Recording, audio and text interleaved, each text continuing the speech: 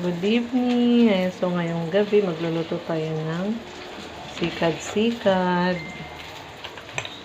Ayan, yung shell na sikad-sikad.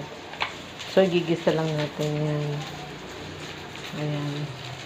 So nagisa na tayo ng bawang, sibuyas. And then nilagyan natin ng luya.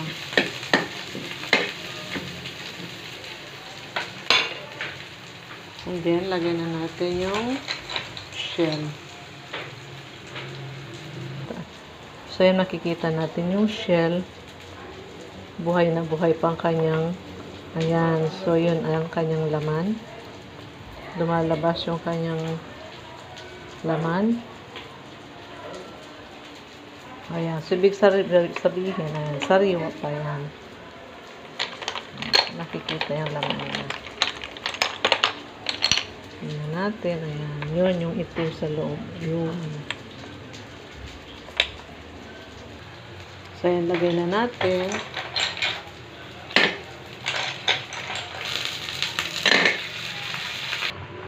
Ayan, lagyan natin ng unting sabaw.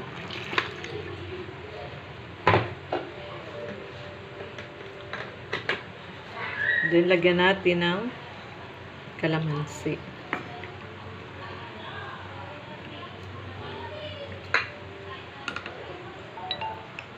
So, ayan, makikita natin. Ayan, lumabas yung laman ng shell. So, nakaramdam na ng init. Ayan. So, ayan, kumukulo na. Lagyan natin ng sili. Para medyo may anghang yung ating sabaw.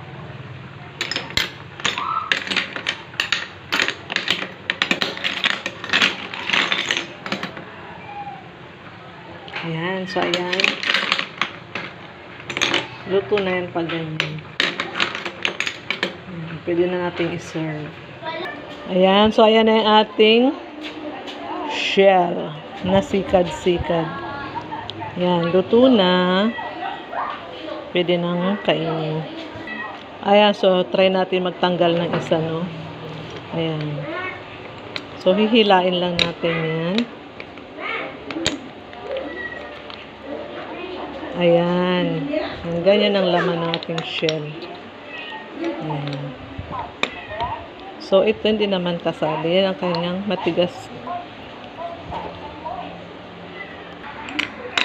Ayan. So, try natin tanggalin. Ayan. Yan ang kanyang laman. Ayan. So, yan laman. Yan po ang laman ng sikad-sikad. Thank you for watching.